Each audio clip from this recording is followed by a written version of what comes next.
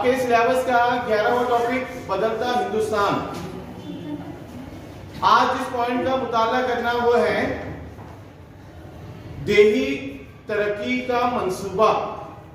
मतलब हिंदुस्तान में देहातों की तरक्की के लिए जो मुख्तलिफ मंसूबे बनाए गए उनके बारे में आपको मालूमात हासिल करना है।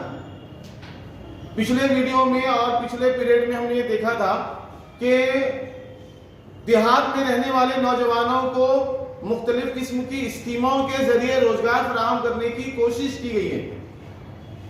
मकसद था शहरों के बराबर ही देहातों को भी तरक्की की राह पर लाया जाए, दोनों एक साथ तरक्की की राह पर गामजन हो, क्योंकि ज्यादातर आबादी हिंदुस्तान की गांव में रहती है। इसीलिए गांव के नौजवानों को और गांव के लोगों को जो है उनको रोजगार देने के लिए बहुत सारे मंसूबे स्कीम बनाई गई थी, जिसका मुताला हम पिछले पीरियड में देख चुके। उसके आगे उसी के आगे जो है आज आपको पढ़ना है देही तरक्की में ज़िराअत और मवेशी पालना। ये इसको मराठी में कहते हैं जोड़ धंधा कहते हैं उसको। एक कारोबार के साथ दूसरा कारोबार जोड़ दिया जाता है। हमारे मुल्क की जनगणना मर्दमशुमारी पिछली बार 2011 में हुई थी। उस जनगणना के हिसाब से मर्दमशुमारी के लिहाज से तकरीबन 54% आबादी हिंदुस्तान की कहां रहती है? देहातों में रहती है, और उनका डेवलपमेंट होना बहुत जरूरी है। इसके लिए रोजगार तो शुरू किए गए, साथ ही साथ ज़िराअत की तरक्की कैसे हो सकती है? लोग जो शहरों की तरफ मुंतकिल हो रहे हैं वो वापिस देहातों की तरफ कैसे आ सकते हैं? जो बचे हुए लोग हैं उनको गांव में कैसे रोका जा सकता है?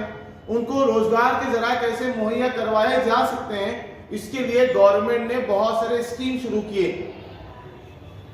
उसमें से ज़िराअत को बेहतर बनाने के लिए काश्तकारी की तरफ लोग माहिर हो, उसको भी एक पेशे के तौर पर लोग देखें, लोग ज़िराअत करना शुरू करें। इसके लिए गवर्नमेंट ने सॉइल हेल्थ कार्ड स्कीम शुरू की। सॉइल हेल्थ कार्ड स्कीम शुरू की मतलब इस स्कीम में यह था कि जहां ज़िराअत की जाती है वहां की जमीन में जरखेजी कितनी बची हुई है, उस पर मिट्टी लेते हैं। साइंस हॉल में या तजुर्बा गांव में उस मिट्टी में कितना कस है, उसमें कितनी जरखेजी बाकी है, वो चेक करते हैं। और चेक करने के बाद उसमें और कैसे इंप्रूवमेंट कर सकते हैं, उसमें और कैसे भलाई ला सकते हैं, उसमें जरखेजी में कैसे और इजाफा कर सकते हैं, इस पर किसानों को राय और मशवरा दिया जाता था।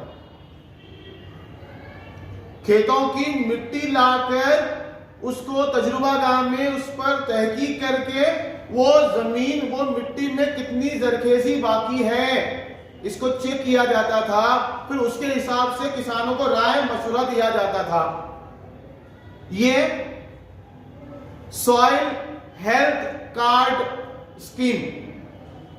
सॉइल मतलब मिट्टी, मिट्टी की सेहत कैसी है वो चेक किया जाता है। इसके अलावा गवर्नमेंट ने किसानों को उनकी जिंदगी में मजीद बेहतरी लाने के लिए उन्होंने जो लोग जो फसल उगाते थे उनके लिए फसल इंश्योरेंस शुरू किया गया। फसल इंश्योरेंस शुरू किया गया। क्या है इसमें? समझो किसी किसान ने फसल लगाई हुई है, अंगूर का बाग है या जवारी लगाई हुई है, अचानक जो है बारिश हो गई, बारिश का मौसम नहीं, बारिश हो गई, अंगूर खत्म। अगर आज के डेट में बारिश हो जाएगी ये दिनों में, यानी 5 फरवरी जो दिन है, अगर इन दोनों में बारिश हो जाएगी तो फसल पूरी तरह से खराब हो जाएगी। ठीक है, यहां रुकते हैं।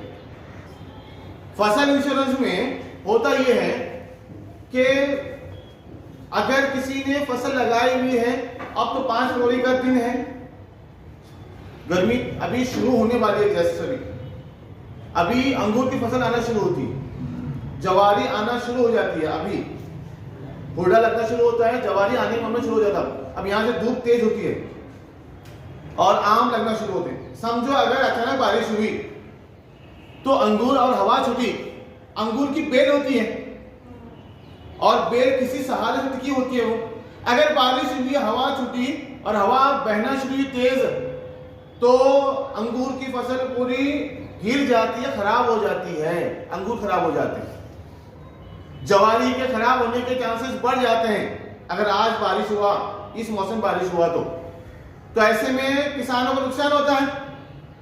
अब वो नुकसान की भरपाई कैसे होगी? बहुत बड़ा इन्वेस्टमेंट किए हुए थे वो लोग, तो उनके इन्वेस्टमेंट, उनके नुकसान इसलिए क्या करती है गवर्नमेंट, एक स्कीम निकाले हुए फसल इंश्योरेंस।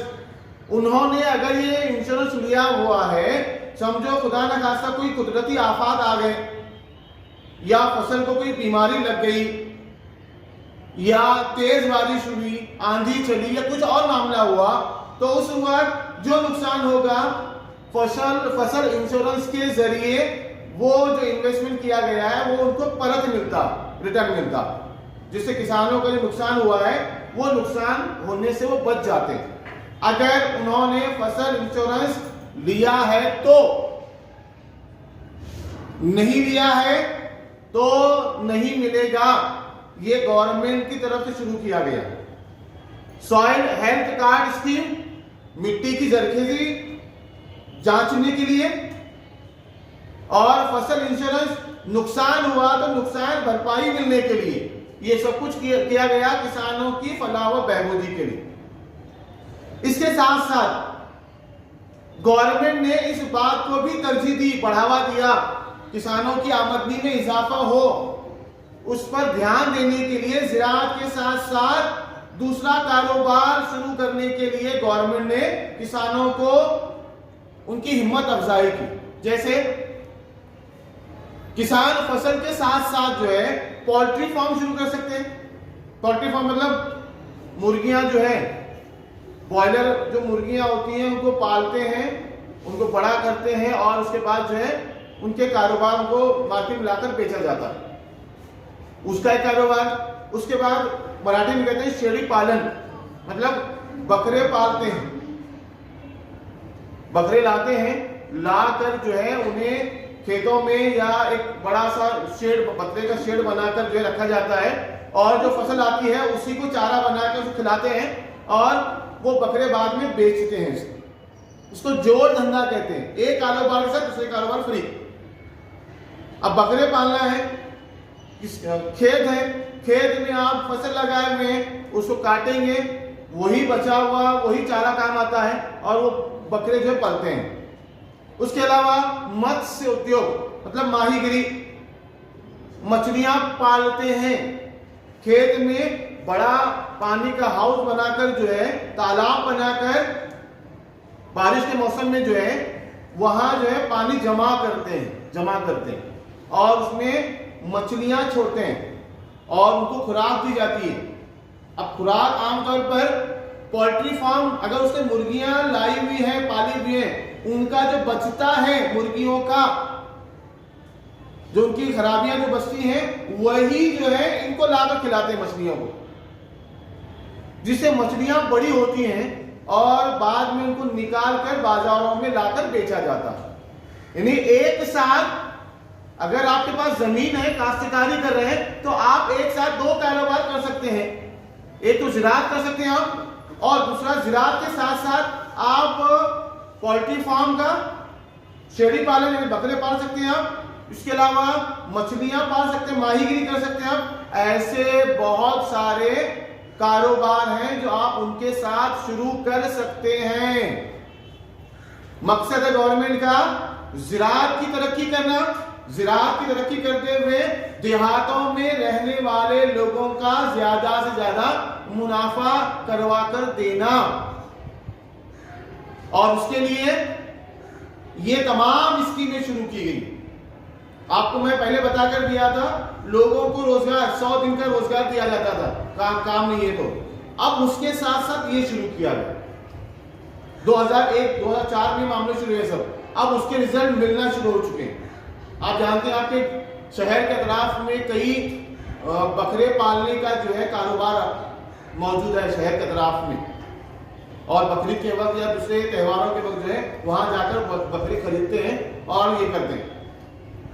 तो ये ज़िराअत के साथ साथ चलता है, इसलिए किया जा रहा क्योंकि लोग जो शहरों की तरफ मुंतकिल हो रहे हैं वो शहरों की तरफ ज्यादा न आए, अपने ही देहातों में रहकर अपना रोजगार चलाएं।